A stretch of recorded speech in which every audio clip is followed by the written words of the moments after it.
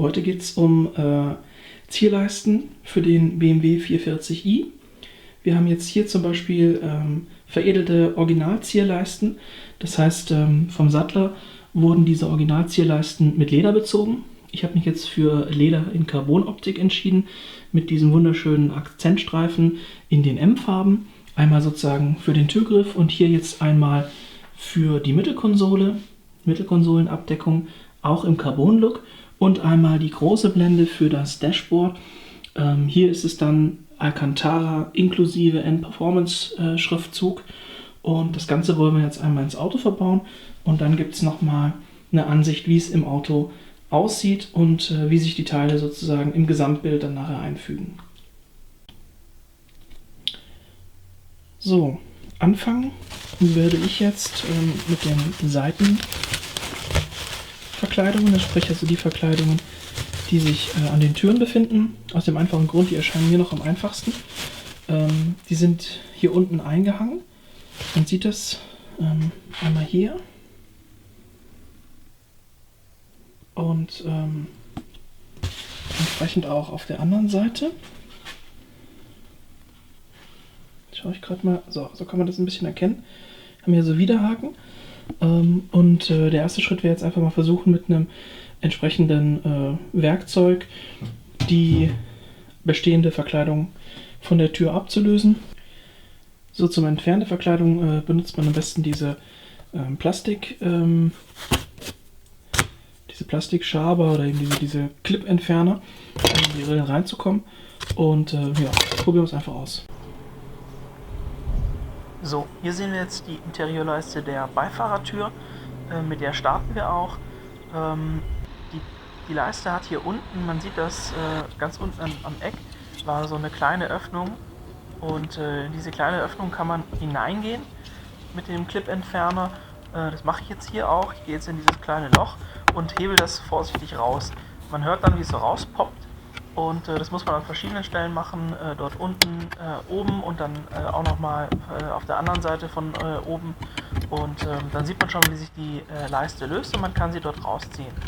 Die ist also nur eingesteckt und eingeklipst. Die Klipse hier befinden sich sozusagen an der Türinnenverkleidung und befinden sich gar nicht an der Zierleiste selbst. Hier sieht man sie, das sind diese Metallklipse, in die wird die Verkleidung eingehakt. Beim Wiedereinbauen einfach oben einhängen und dann kräftig andrücken und nach unten weiterarbeiten, solange bis oben und unten eingehangen ist und dann einfach zusammenklipsen. Es ploppt dann alles wieder rein. Ja, und dann ist die auch schon gewechselt. Das ging doch relativ zügig. Und hier sieht man jetzt, es hat diesen Carbon-Look, ist aber Leder.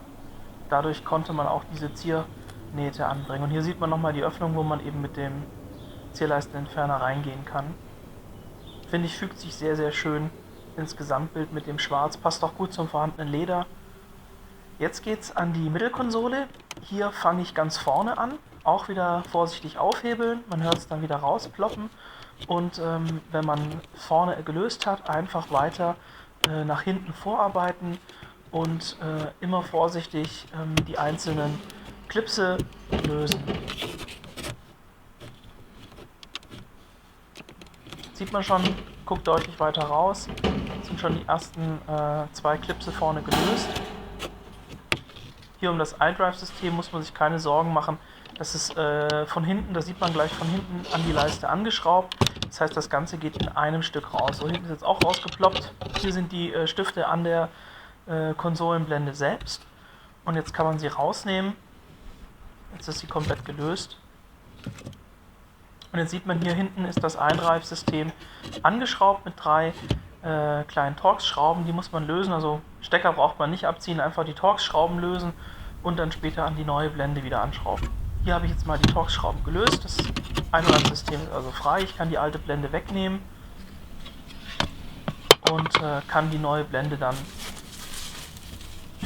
mit dem iDrive-System wieder verbinden. Sprich, iDrive-System einfach von unten wieder anstecken und mit den 3 Torx-Schrauben wieder befestigen.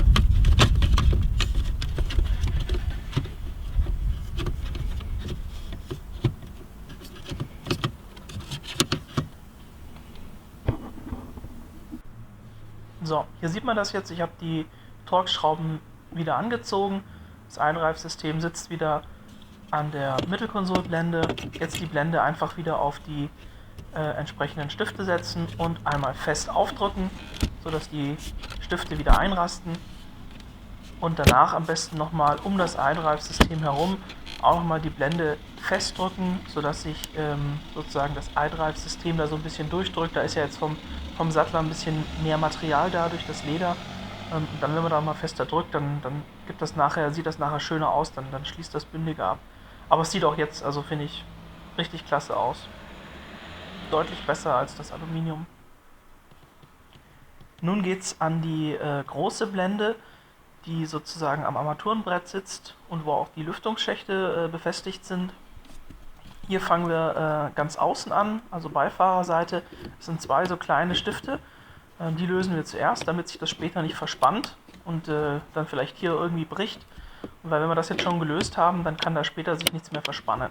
Also erstmal die 2 Stifte lösen und sich dann langsam von der Beifahrerseite aus Richtung Fahrerseite vorarbeiten. Immer wieder, man kann das ja an der anderen Blende erkennen, wo die Stifte sind, ungefähr in diese Position gehen und es leicht raushebeln. Das ploppt dann immer nach und nach, ploppen die Stifte raus.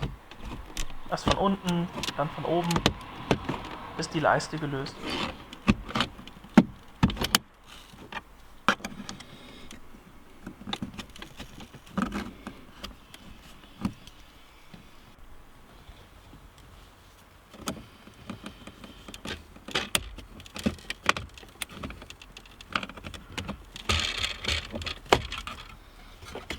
Jetzt sieht man schon, jetzt ist nur noch eine Ecke, die hängt. Die wird jetzt auch noch gelöst von unten.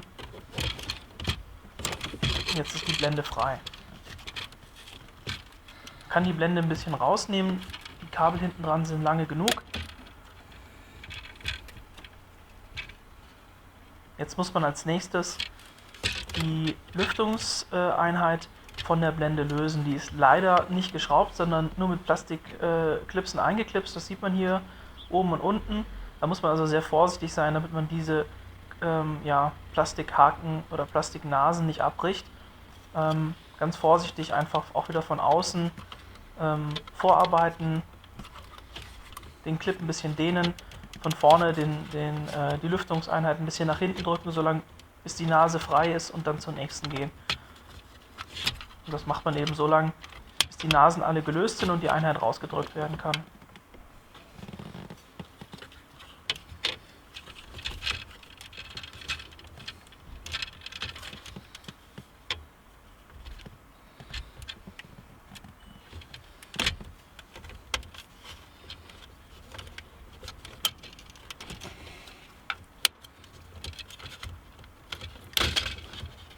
Da, jetzt die Einheit frei. Ist leider ein bisschen schwierig zu filmen. Hatte keine Hand mehr frei. So, jetzt ist die Blende weg. Jetzt ist nur noch die Lüftungseinheit da und jetzt muss man eben die Lüftungseinheit in die neue Blende wieder einklipsen. Hier ist es so, am besten unten einmal einhängen. Das heißt also unten einfädeln und dann sozusagen oben einklipsen.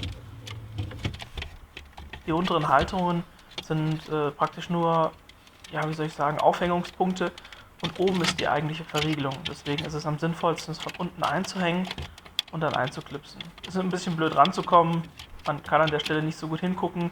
Das Kabel ist auch nicht so lang, dass man sich komfortabel nach vorne ziehen kann. Ich wollte es jetzt aber auch nicht lösen. Es geht dann aber irgendwie.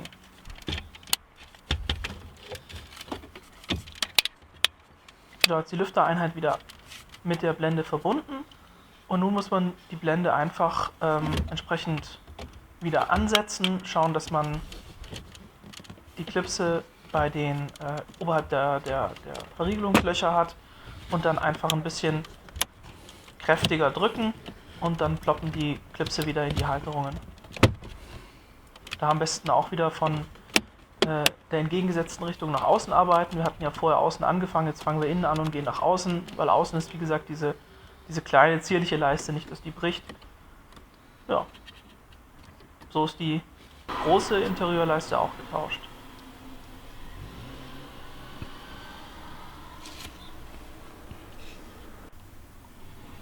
Jetzt kommt noch die kleine Lüfterdüse neben dem Lenkrad auf der Fahrerseite.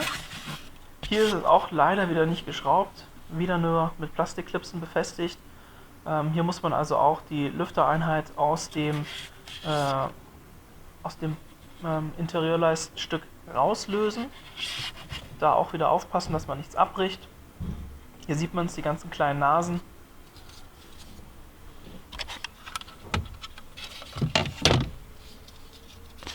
Das ist jetzt die neue Blende. Hier muss dann nachher die Lüftereinheit rein. Sieht man auch von vorne, der Alcantara-Bezug.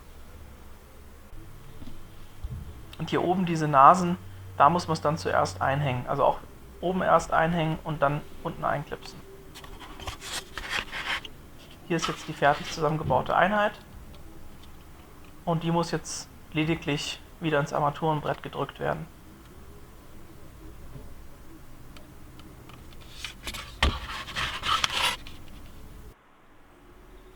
Einheit ansetzen, dass die Löcher schön passen und einmal festdrücken. Fertig. Türleisten getauscht und die beiden Innenraumblenden beim Armaturenbrett sowie die Mittelkonsole.